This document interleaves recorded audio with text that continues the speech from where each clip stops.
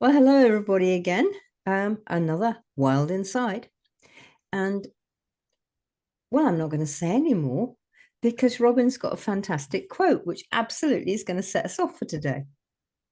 And this is a quote from Robert Bly, and it's about being wild. And he says, "To be wild is not to be crazy or psychotic.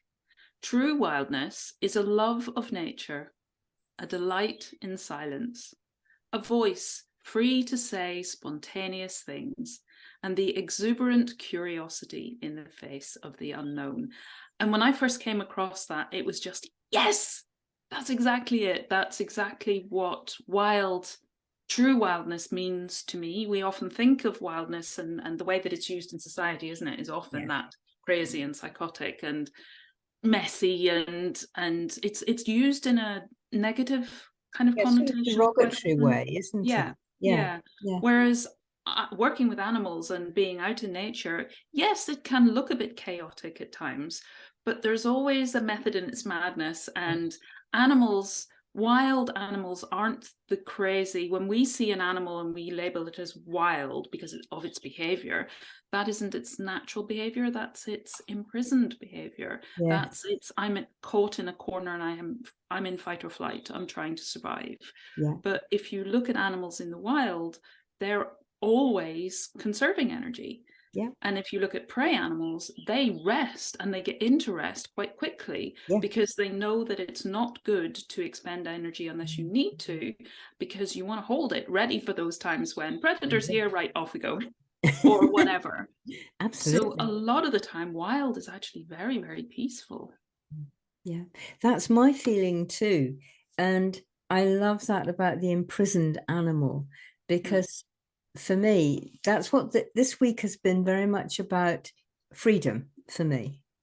And people have been coming to me and saying, well, I just saying it to Robin earlier. They were saying, I want to work with you because you always seem to be happy. And Robin said to me, so I'm not sure that happiness is quite the right word, but it's okay. Um, Perhaps it's joyful because, of course, I have bad days. We all have bad days, and it can be for all sorts of reasons, and it's just not a good day. But inside me, I still feel joyful. And I do that, at least I feel I do that, because I'm free to make choices. And I know I can make choices, that it's okay to make choices. And I'm not going to be, well, even if somebody tries to cut me off, it's just like, okay, that's your way. This is mine. That's fine. Because we always get to choose our responses when we are conscious, when we Yes, sometimes we're caught in reaction, aren't we? Because absolutely. Yeah. buttons get pressed. And even saying we're having a good day or a bad day, that in itself is us applying meaning to Yeah. something. Yeah. And we do it, being Brits, we do it with the weather. Oh, Oh, yes. it's a miserable day. It's a Yeah. beautiful day. It's just a day. And having moved to Wales and having horses and a dog who needs a lot of walking, I get outdoors every day, no matter what the weather is, whether it's blowing a gale or it's tipping it down with rain or it's snowing or whatever. And I have found that that has done me so much good. Yeah. It's done so much good for my mental health, my well-being generally. You know, it's the movement, it's the fresh air, it's the natural light. It's made such a difference to my life. Whereas previously, when I lived in a city, I lived in Bristol, and it was just, oh, it's grey outside, I don't want to go out today. Yeah. And I made the choice to stay indoors. Yeah. And now I still have that choice, other than that the animals then wouldn't get fed, and I wouldn't want to do that. But I know that getting outdoors has helped me. Yes. That's not to say it's for everybody, but it has helped me. And because I know that, I have that choice. Yeah.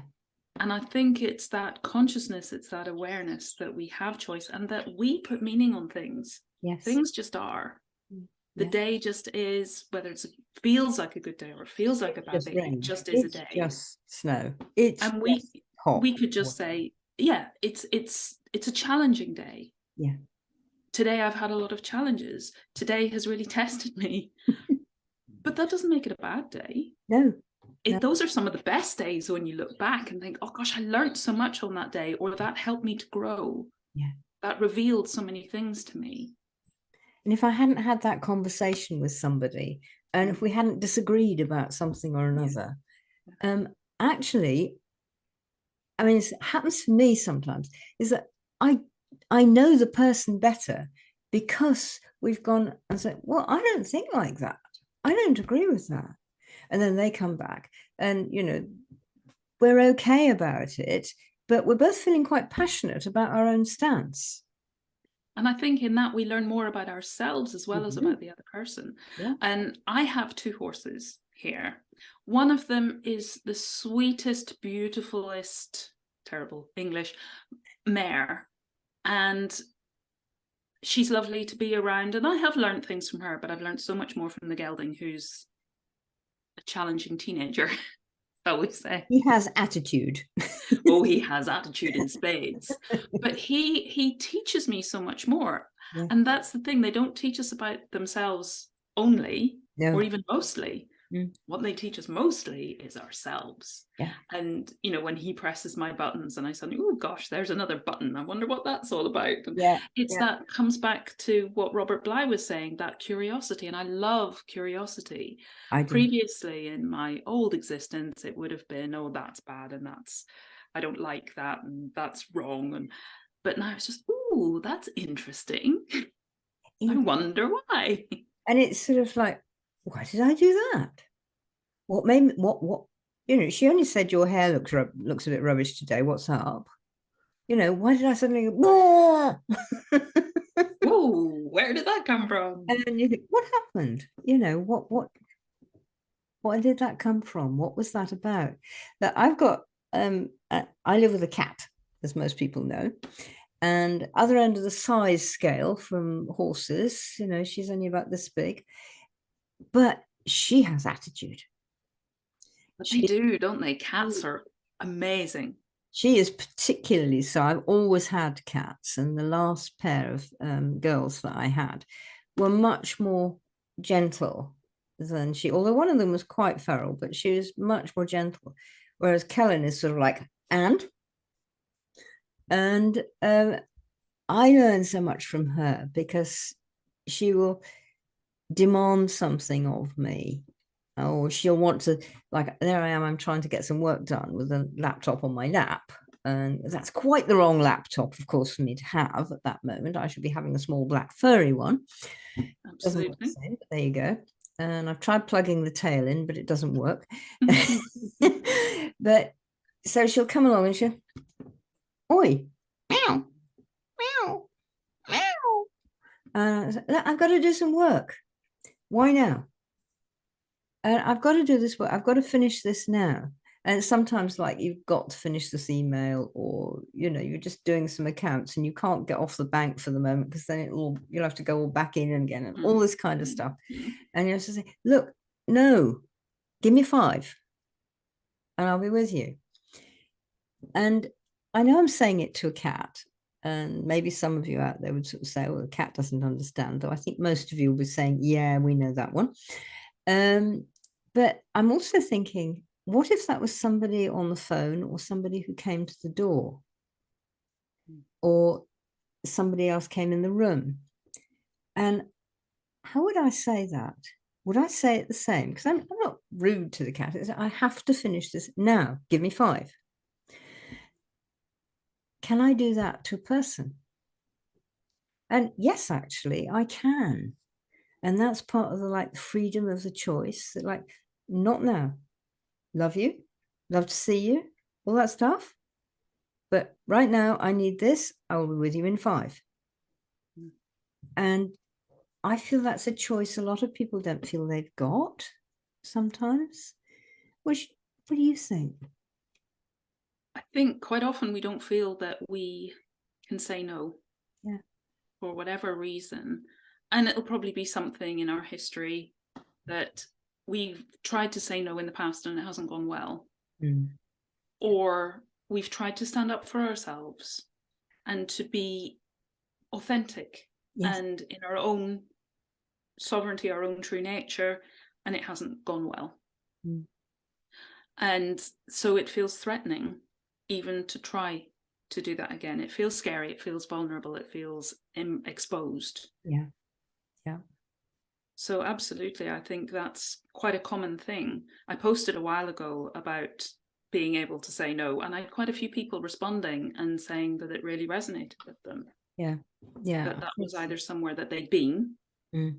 and they could understand exactly what that feels like, or that was somewhere that they currently are. Yeah. Yeah. I've had the same thing. And I'm not really sure why. I think it's probably always been there that people feel they can't. I know one thing that happens for me is that even when Kellen Cat gets really cross with me, and she does every now and again, I know she loves me. And I absolutely know that in here. And so I can sort of say, not now, stop. I need the space. And she'll go off and she'll sometimes look a bit huffy, and cats are very good at looking huffy. And it's okay. I know she hasn't stopped loving me, but I know in my past, I've had times when I've sort of said, not now, I need the space. And the person hasn't spoken to me for a week. Yeah. Particularly when you're a child or a teenager, that sort of thing happens. But it's a very child and teenager thing. But when you are one, you don't know that. And you can't respond with the experience that we now have. And when somebody turns off from you, shuns you, it feels as though that is almost putting a cage around you, in a sense that you've got to behave like this or I won't talk to you. And I get what you're saying about animals, because this is the thing. That's why horses are often used in equine assisted therapy, because people then can see that a horse will get angry with another horse and they'll come at them with a little nip or a bit of a kick. And if that other horse doesn't listen, they'll ramp up the volume. But then when the other horse listens, they walk off and then they come back and they're best friends. Yep. And they'll be grooming each other again. Yeah. Because we have a cerebral cortex as human beings. And supposedly that makes us more intelligent and more creative and all of these things, but it also gets in the way because it can mean that we hold grudges, we hold baggage, which animals don't tend to do. They tend to stay in the present moment. So your cat, you say, no, not now, and she goes off and she sits in the corner, she looks a bit huffy. 5 minutes later, she's kind of forgotten all about that, and she's back going, can I sit on your lap again? Yeah, I'm not sure it says she'd forgotten about it, but she'll put it aside. We both have this space thing that, this is my space now and this is my space now. And I can get in her space and I'll come along and I want to cuddle and I get, not now from her. It's quite a definite meow sort of thing. Like, I don't want it. And oh, sorry, and move back as you would with your friend. But then she knows when I've got the space and when I haven't. Sometimes she wants to be in my space, although she knows I haven't really got it, but her need is quite strong. But then we have that with each other as well, don't we? And I think cats are so sensitive, and cats are so good at picking up on energy that isn't as it could be when we're not very balanced. So if we're stressed and thinking, I've got to get this, like you give the example of a bank thing, you want to do your statements or whatever it is, and you're thinking, oh, they will pick up on that. And I know from when I had a cat before, she would always pick those times. You've been on there too long. Come on. Yeah. Time. Too. Yeah. Yeah. Or she would come in and she had this way of just sitting there, which meant put that down, go for a lie down. I want to lie on you and we can snuggle together. Yeah. And they're so good at that they're so good. No boundaries. We're stopping now. Yeah. Yeah. Yeah. And I find that really helps because I'm sure everybody feels like this, that I want to do this work. I want to get this finished. I want to get this done. And actually, you're getting more and more like shut in your head because you're just like on a treadmill and you're not actually able to think so clearly. So you actually do need to get up and walk around the garden or have a cup of tea or do some washing up or lie down and cuddle the cat, and you will feel better and you will work better after that time. And that's us imprisoning ourselves. We're shutting down. But I think as well, certainly for myself, it comes from past experience where, like for me, I remember being brought up and I always had to like do my homework before I could watch telly. Yeah. So it was always do, or as a friend of mine calls it, eat the frog. Do the stuff you don't want to do, get that done, get it out of the way. Yeah. But when you get to being an adult, there isn't that set time of homework, finish homework, now you can play. Because there's always stuff to do on your to-do list as an adult, isn't there? And particularly if you run your own business or anything, it never stops. Yeah. And consequently, we might never stop unless we set up those boundaries. And if we don't do that, we're shutting our world down smaller and smaller. We're not free and we're not able to make those choices, even able to see those choices, because we become so, as a colleague of mine calls it, foveal, just so blinkered and so focused on the thing we think we have to do. But then there's the question of, if you didn't do it, what's going to happen? What's going to fall apart? Yeah. If you had to put it aside, can you come back to it, or will it even matter? If your house was burning down, would you still be doing that because you have to, or would you be making a different choice? Because exactly so. And this is a sort of freedom that I think is people don't understand properly. And yes, there's a freedom to go out when I want to, freedom to meet who I want to, this kind of thing. Yeah. And that's very necessary. But it's this freedom we give ourselves, isn't it? The inner freedom. Myself in here. Am I still living someone else's script, which is a prison? I don't need that script anymore. I don't need to finish my homework before I can watch TV. And even if we sit with that and think, how does that feel? Because I love just getting into your body and how does that feel? Like just listening to what you've just said. What does it feel like that I have to do this? What does it feel like? No, I've got freedom. I get to choose. Yeah. And that sense of liberation, that sense of, I sometimes think of it like this big, wet, ugly, smelly, horrible, heavy overcoat. Yeah. That's restrictive because it's not mine, it's somebody else's, like you said, somebody else's script. And when I can take that off, that sense of liberation and freedom is just incredible. If you think of, even I sometimes think to say to people, take a backpack or something, and every single thing that you know is on your to-do list or whatever, put a pebble in that bag. And initially it doesn't feel very heavy and you're fine, I can carry this all day. And then, oh, it's beginning to get quite heavy and my shoulders are getting quite sore. And then you take it off and it almost feels like you float. Yes. Because it's that contrast. Move up, don't you? It's that sense of expansion. Yeah. That you suddenly, you don't realize you've been standing like this and you can't breathe properly. Your heart is closed. And then all of a sudden, whoa. Ooh. Yeah. Yeah. It's that thing as well of we don't realize how good we really could feel. Yeah. Partly because it's probably such a long time ago since we did, for many people, particularly nowadays when everybody's got so much stress and so many things that you really do have to do if you still want to eat or have a roof, kind of thing. Yeah. And that's really sort of hard. But I'm really amused by the backpack idea because it's something that I've actually done with students and clients when they've come on retreats.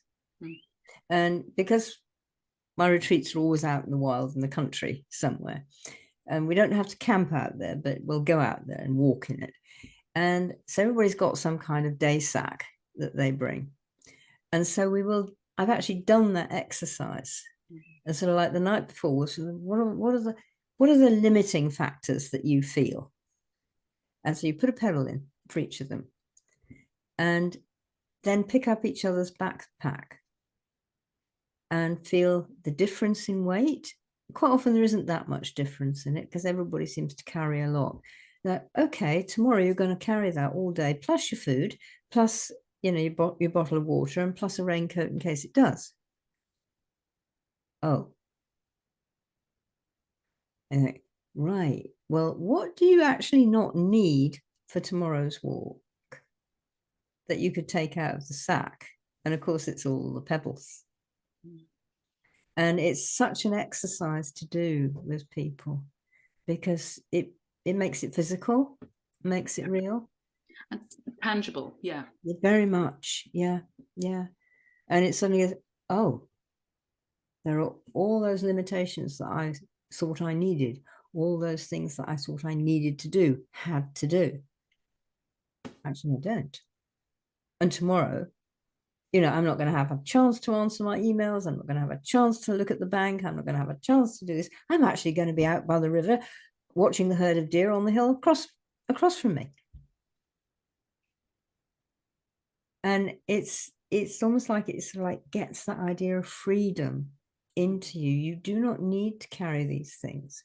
Some of them you might want to pick up again, you know, like we all need to pick up our bank account now and again, and it's important, but you don't need to carry the fear of, am I overdrawn at this minute? Am I overdrawn at this minute? Am I overdrawn at this minute? With you all the day or even all the week. So it's like putting things in their place. Does that make sense? Mm-hmm. And that's, I think, what animals do. I think so. Because they can just put something down. Yeah. I don't need that right now. Yeah. And your cat might decide to pick that up again. She's still got the wrong laptop on her lap. And I just need to remind her about that. Excuse me, it is my turn. Yes. But in between, yeah, she can go off and do other things. Yeah. Whatever she likes to do. Yeah. And it must be the same. I mean, I haven't had horses for years and years and years, but I've got friends who do. And it's the same with your horse. Times they actually want you around, another time, but go away. I'm quite enjoying being under this tree. I'm quite enjoying this grass, you know. Very much. Whatever. Particularly the mare. If she doesn't want to be around you, she'll walk away. Yeah. Yeah. Yeah. You know, I'm just having my own little space here. She loves her own space. Yeah. So, and I think maybe she was a cat in a previous life. She'll just go away, spend some time, and then when she's ready, she'll come over and she'll ask for a scratch and she'll let you know where. Whereas the boy, he just wants in your face all the time. He doesn't know even to walk away, even if he's getting anxious because of his trauma from the past. He's quite traumatized. Yeah. But he doesn't know that he can walk away if he's anxious. He does know now that if he's anxious, he can come to me, which is nice because you get the sense that he feels safe with me. Yeah. And if he's anxious, he comes to look for that safety. Yeah. Yeah. Yeah. I think that's so important too. And I think a lot of people sort of think, oh, you've been traumatized if you've just come back from Iraq or you've just been in an earthquake or your boat sank underneath you or something like that. Yes, you will be. Absolutely. But there are, oh, that doesn't matter. That wasn't really important. You know, I scraped the car. Actually, it hurt you inside and you're worried about things and concerned. And it isn't something that you can brush off without actually taking it through its own process. And okay, it's not on the same level as an earthquake or something, but it has still affected you. And so I think, you know, unless something is this big, perhaps you're not allowed to be affected by it. And there's that's nothing, you can get over that. Yeah. And we've been taught that, haven't we? I mean, when I was a child, it was about starving children in Africa. You have food. You know, don't complain. You have food to eat, and it's good food. Think of the starving children in Africa, and other comparisons that would have been made to. And I can see why my parents, my teachers, etc., did that, because a sense of proportion is good, and to be thankful for what you've got is good. But at the same time, if you are upset about something, if something has impacted on you and hurt you deeply, it's important to recognize that. It is. And we do, because of the conditioning we've had, we minimize. Mm. And then we don't appreciate and acknowledge the upset and the hurt that we're feeling. We push it down. Yeah. I'm not supposed to feel that because everything actually in my life is so much better than in everybody else's, and my trauma is so much smaller than everybody else's. But the trauma I've experienced is the trauma I've experienced, and it's impacted on me. And as Gabor Mate says, trauma isn't what happens to you, it's your response to what happens to you. And he also says that the trauma that we think of as trauma, so the things that you talked about, the impact of a war or domestic violence or something like that, that isn't trauma. The real trauma was what happened when you had a disconnection.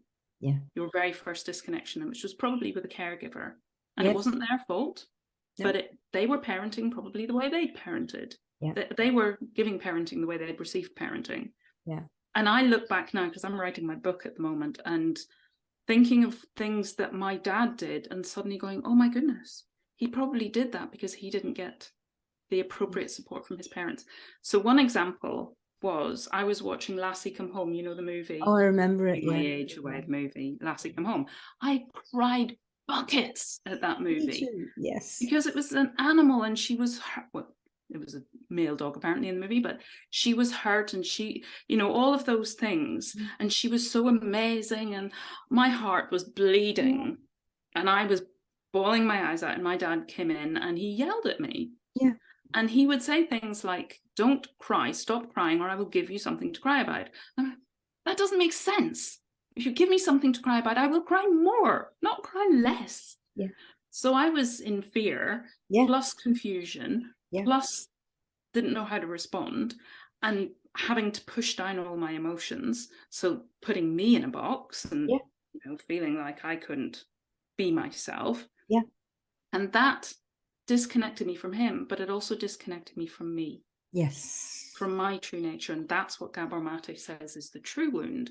We're disconnected from our caregiver, but it makes us ultimately disconnect from ourselves because we don't feel we can be authentic, coming back to the saying no. Because if we are, we'll lose the attachment, we'll lose the care that we're dependent on when we're that age.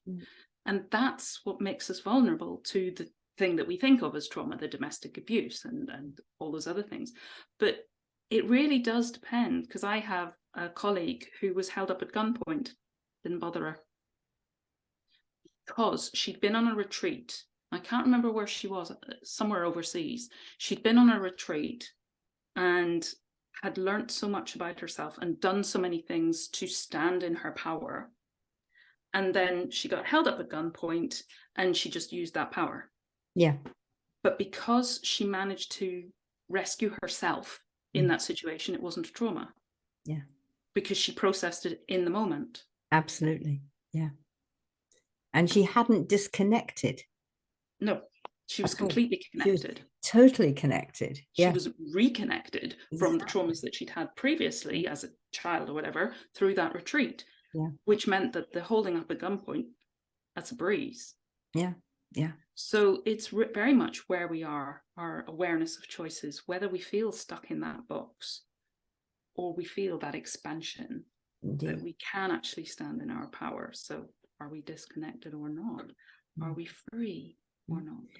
And being free is about that being connected again. And I come from this witchy magic shaman background, as you know, people on here know.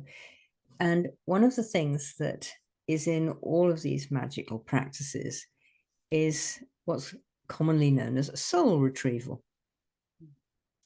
Well, an awful lot of that is actually about when this thing has happened, like happened with you and your dad and Lassie, and you disconnected from the part of you that was hurting because of Lassie, because of the film that you were seeing, because of what you were seeing. So that part was just like gone, disconnected. You need to cut it out. Yeah. And what we do, and I do this with clients, and I've done this as a psychotherapist as well, is you help them to bring that part back and reconnect to it. because it wasn't wrong to cry about a film. We've all done it.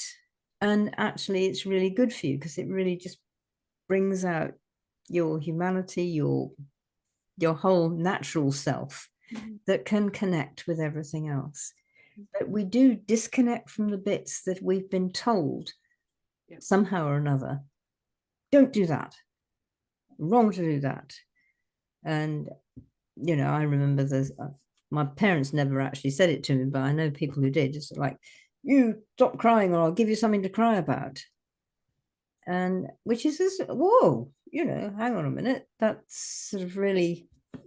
But then is that what his parents said? Exactly. Well, it will have been, almost certainly. And I can understand Totally. why a parent might think that was a good thing to do. Yeah. Toughen you up. Because my dad said to me, it's a big bad world out there. So that helped as well. I felt so scared about this big bad world I was going out into at some point in my future. But he was, I expect, trying to toughen me up so Absolutely. that I had the resilience to go out there. Yeah. But I love Brene Brown, who talks about not armoring up, not puffing up, having a strong back, a soft front, and a wild heart. Yeah. Because otherwise, we do go out there in a suit of armor, and people can't get in. No, they can't get into our heart, and it's heavy, it's restrictive. It's not free. It's a cage. It's a cage. Mobile, maybe, but it's a cage. Yeah, yeah, it is. And I quite agree again. And what you were just describing there, the suit of armor and getting into it. And yes, I mean, I've done it myself. We've all done it. And it reminds me of, I did quite a lot of work on alchemy as a sideline amongst friends when I was at university and then later. And one of the pictures in the old alchemical books is there's the male, masculine, in a black suit of armor on a black horse like this. And the female, the feminine side, is white, naked, on a white horse. And the whole point of that is like, sometimes you may need this. Most of the time you'll need this, but you have to understand that it's the two. Sometimes you do need to defend. Yeah. I'm not saying you don't, you do. But again, we're back to the choices. Do you know when you're needing to defend? Do you know when you've accidentally put the suit of armor on when you didn't mean to? It's that flexibility and resilience, isn't it? And choice, like you say. So knowing I have a toolkit. I have spanners of all sizes and shapes and lengths. And I am the one, as the engineer, who's able to choose which spanner for which job, which tool for which job. Yeah. Yeah. And use them appropriately. I don't need a sledgehammer to crack a nut. No, indeed. And I think that's so important. And again, we're not given or shown or educated with a toolbox for that kind of thing. We might be educated in a toolbox for mathematics or something, or doing history or English or whatever. And you think, well, yeah, that's really interesting and fun. And I like doing that in my spare time. But it'd be really useful if I had this toolbox that knew how to respond when somebody shouted at me for crying in a film. And if you think that they say we have a short window in which optimum, it's not to say that we can't later, but in which we can learn language. Yeah. And if you have parents who have different languages, first languages, then you can be bilingual or trilingual. If you live, with mum speaks one, dad speaks another, and I live in a culture that speaks another. Yeah. But that's the optimum window for that. Yeah. So that's when it's really good to learn language if you get that opportunity. But is that not just an emotional language to learn how to speak that? Why don't we get supported in that optimum window so that we then have those tools? Yeah. So I think it's great that now kids are learning mindfulness, they're learning meditation, they're given options so that they know they have choices. I love that there's a video that goes around every so often with a teacher sitting by the doorway to the classroom, and she has this sign up beside on the door frame. Do you want a high five? Do you want a fist pump? Do you want a hug? Do you want to just, hey, wave? What do you want? It's your choice. And you can have a different thing each day. You can change your mind, whatever. But it's your choice. Yeah. Yeah. Because so often for kids, they don't have a choice. Come in, sit down, read that book. Do that math problem. Yeah. Or, stand up because the teacher's come in. Sit down. And you go, why? And you don't know why. And somebody says it's being respectful. And so you spend the whole of your life afterwards sort of jumping up and down in chairs when people walk in and out of rooms. Really? They used to. They used to indeed. And it's the emotional things that we need to learn, like, this is really affecting me. This is really hurting me. Or I'm so happy about this. I'm absolutely over the moon about this. I saw a woodpecker today or something, and it's absolutely blowing my mind. Well, it's only a bird. Or even that I'm both. Yeah. Because so often we think, I can't be two things at once. Yeah. I can't be happy and sad. Yeah. And I see that in a lot of the work around grief and grieving, and I'm sure you've seen it as well, where somebody has died, a very close, very loved person has died, and I laugh. I shouldn't do that. Of course you can do that. Yeah. We are all of this mix and match of emotions, and they can come up randomly. And if you laugh, that's fine. If you cry, that's fine. If you sit quietly, that's fine. Just whatever you're feeling, it just is, and it's fine. It is. You made me remember when my stepmother died. It was really, I had her far, far longer than my mother. So I've had two mothers in a sense. And we were there. I was there with my husband. We were starting to go through her things and do this sort of thing. And I took her checkbook out of the drawer and where she kept it. And it's like, and I suddenly burst into tears. It's a checkbook. But there was so much, I can't even explain it, that just made me burst into tears.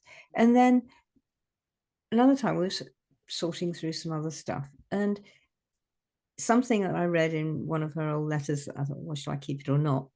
And it suddenly reminded me of jokes she used to tell. And so I told Paul, and we were both there cracking up again about mum's jokes. And it was absolutely fine. Fortunately, both of us, well, by that time we were okay with anything like that. And so we felt that was a real celebration of her. We're remembering you. It was great, wasn't it? We're remembering you. That was great, wasn't it? And even then, the sadness, it's just another expression of your love for her. It is. Yeah. Yes, it makes you cry, and yes, it hurts. Yeah. But at the same time, it's an upwelling of love. Yeah. Even and though you're crying. I won't be able to do that with you anymore. Yeah. You're fine. I'm fine. But that's gone. Yeah, but I enjoyed that. I loved that, and I'm going to miss it. I do. It's something that I find when I'm helping people find themselves, stand in their power, do this sort of thing. And we can go through memories, and particularly I love doing it when we're doing the tell your story work. And people come and they've got something that really hurt. And that's the memory that they need to be working around on this particular journey. And they get into something which somebody was telling me the other day. It's called this 90-second rule. You've got 90 seconds to get over it. And I was there, so like, no, not with me. No, I don't think I work that way. And there's no, as you were saying, there's no re-experiencing of the person. There's no allowing the upwelling of love. There's no allowing the upwelling of sorrow, of shame, of pain, of whatever it was, and actually letting that through. And then saying, thank you, and being able to, as I put it in the compost caddy. Because you've done it, you've had it, you've thanked it, and you can now let it go. But then things have gone. and they're not lurking in some deep place. We only gave me 90 seconds, so I'm going to come out now. Yeah, because 90, it's another form of prison, isn't it? You have this limitation. It's 90 seconds or you've missed it. Exactly. And what do you do with it if you've missed it? Because you can't say, I don't think it will work for me either, that you have to do it within 90 seconds. And I think we used to have 1 year back in Victorian times. The widow would dress in black for a year. She'd wear all of her jet black jewelry and all of that stuff. And in a sense, that was good because you had that year and people would respect that year and your needs within that year. Yeah. And then you moved on with your life. You moved forward with your life. And there is a place for that, I think. I do.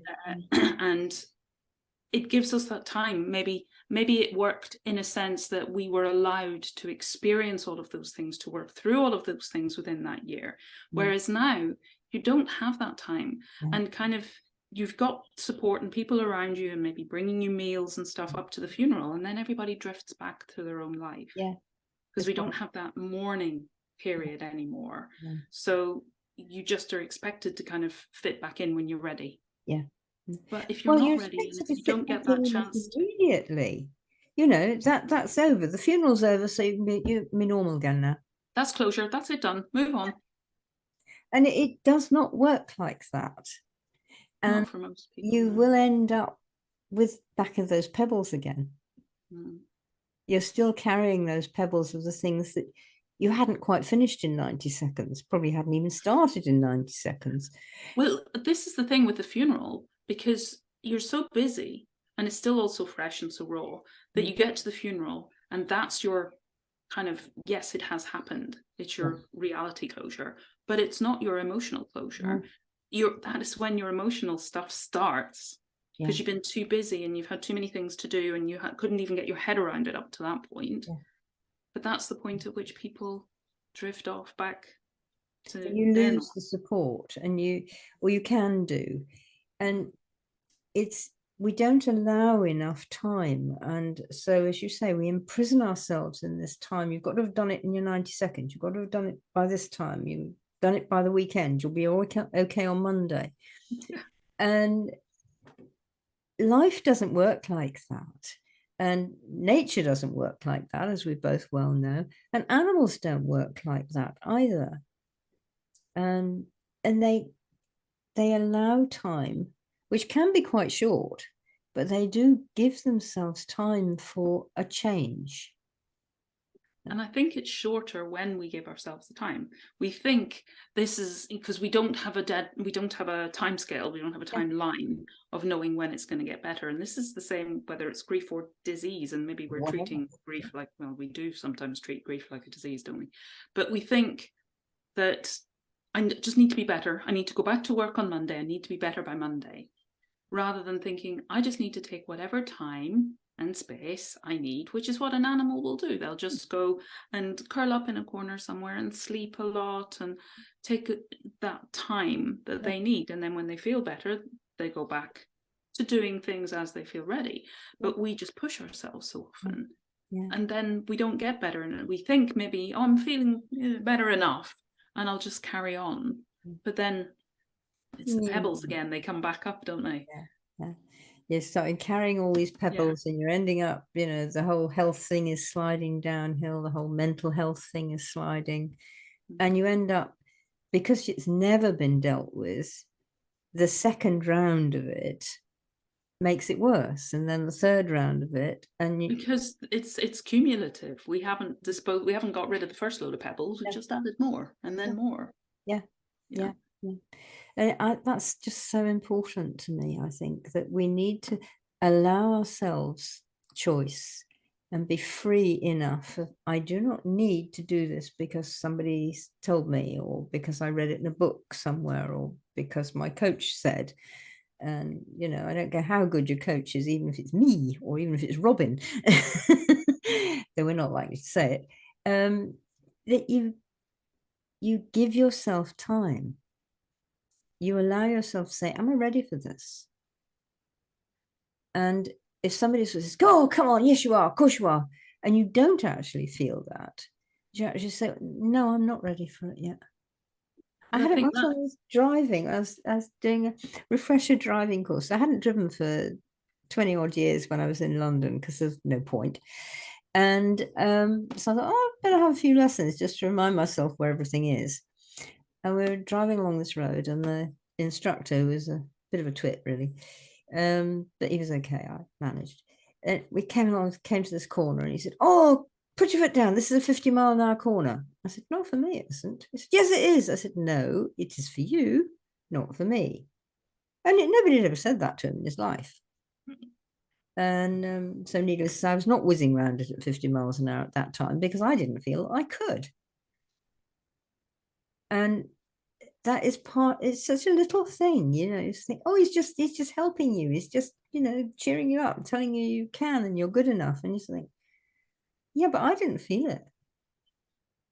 And there is a certain amount of place for, you can do this. Oh, but yeah. at the same time, it kind of goes back to that thing we were talking about before about respect. And it's us respecting ourselves and us finding the ways, if we have been through situations that have taught us not to trust ourselves and to not pay attention to how we feel and what our instinct and our intuition is telling us, how do we get back? And you were talking about soul retrieval. I love Neil Donald Walsh talks about remembering.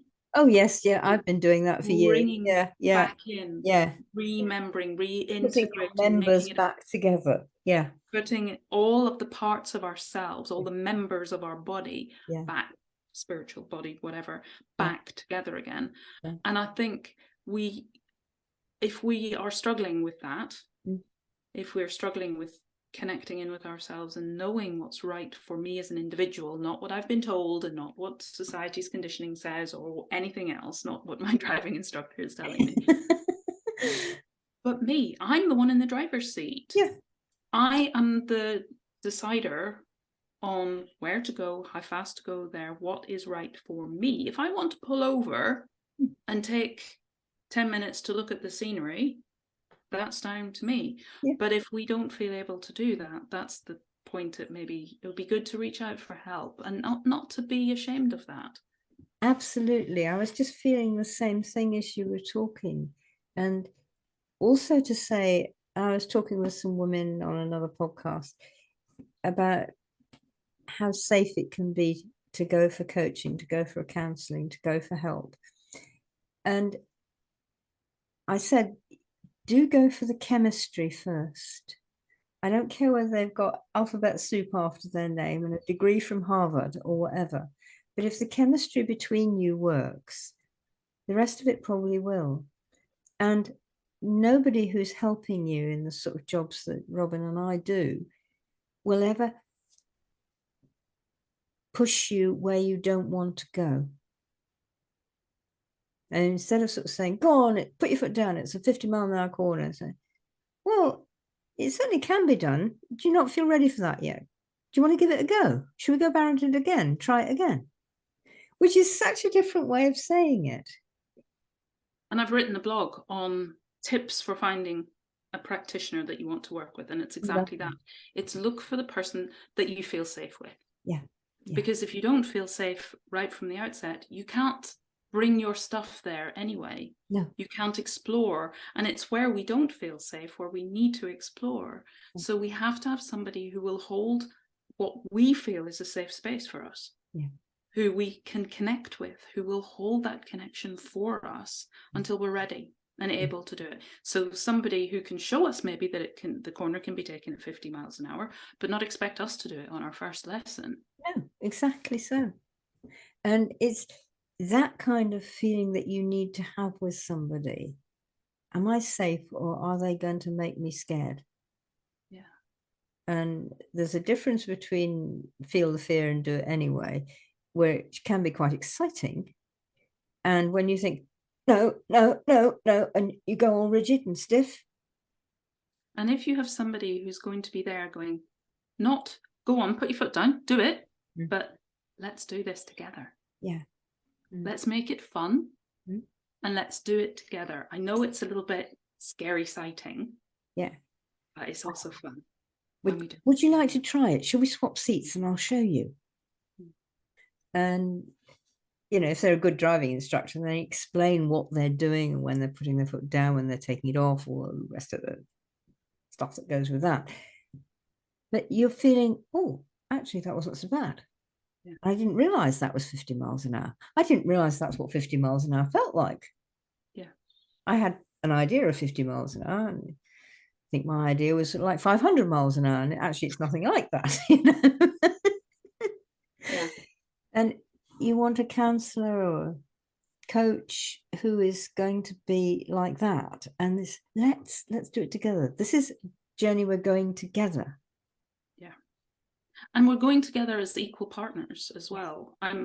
Because I think if somebody's in the role of practitioner, coach, therapist, wherever, they're still another human being. Yeah. They might have alphabet soup, and they might have experience that's different from mine, but I'm the only one who knows my body and my experience and my emotions and all of that. So I'm my expert. Yeah, they're expert on what they do, but I'm my expert on me. And that when that comes together and works together, that's, I think, where the magic lies. It does, and that magic of expansion again, sort of like, oh, I've never done it like that. Well, shall we have a go? And it's, oh, well, you know, maybe I can. Never eaten Chinese food before. Well, I'll give it a try. And also a coach, therapist who will listen. And if the person says, actually, that doesn't work for me, okay. Absolutely. Yeah. What would? Yeah. What would you feel happier with, safer with? Do you want to break it down into steps? Do you want to go in a different or even like, what was it that feels scary or bad or whatever for you? And but not say it in a sort of overpowering sort of way, but sort of like, tell me about that, because I don't feel like that. So can you tell me so I can know? It's the curiosity again. And it's not the why question, because that can come across as being judgmental, but just tell me, how is it for you? What are you feeling? What are you experiencing? And what would work for you? What would be good for you? What would support you? And what do you need? Like you said, it's not the why question can be quite accusatory in counseling. They certainly can feel that way, even if they're not intended that way. Yeah, and indeed. And it's either going, I don't know why. Yes, rabbit in the headlights. Absolutely rabbit in the headlights. When people ask me that kind of question, I do tend to go rabbit in the headlights. If you say, what was it about that wasn't working? And it's sort of the what is much more useful in that situation than the why. Yeah, the curiosity question. That's really interesting. Can you tell me a little bit more about? Yeah, indeed. And once you can get to that state, then you get to feeling free.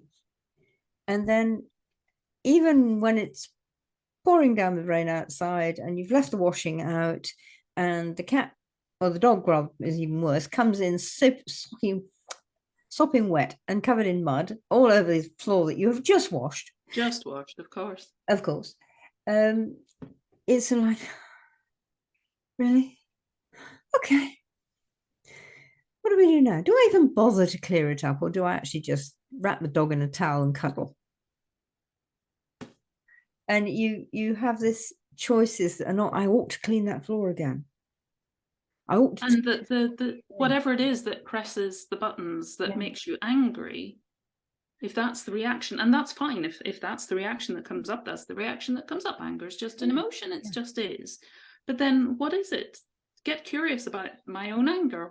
What made me feel angry? What button did that press for me? Why did I respond that way? Did I need to respond that way? Is there another option? Yeah.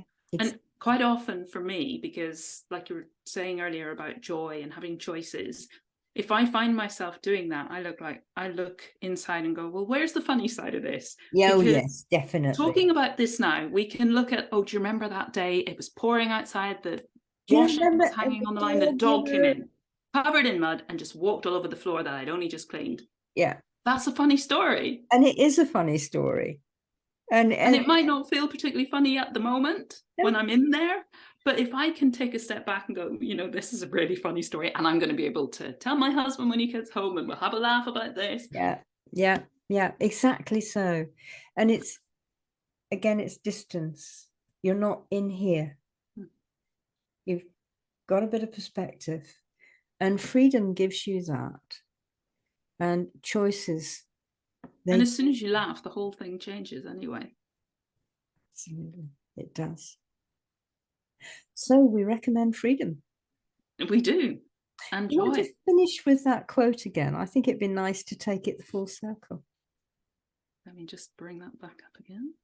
If I can. Yes, it's from Robert Bly, and he says, "To be wild is not to be crazy or psychotic. True wildness is a love of nature, a delight in silence, a voice free to say spontaneous things, and an exuberant curiosity in the face of the unknown." And I love that as well, where he's talking about the unknown, because so often we can be afraid of that, can't we? It can feel scary and frightening, but when we can know actually that if I'm wild, I'm okay. And Brene Brown talks about going out into the wilderness, which is the unknown. Yeah. She finishes off by saying, "But we are the wilderness." And I think we talked before about the storm, didn't we? We did. And that we are the storm. That is our power. We have that level of elemental power and creative power. Yeah, we do indeed. So, from Wild Inside, go out into the unknown for next month, and we will see you when we come out of the unknown again. Bye for now. Bye for now.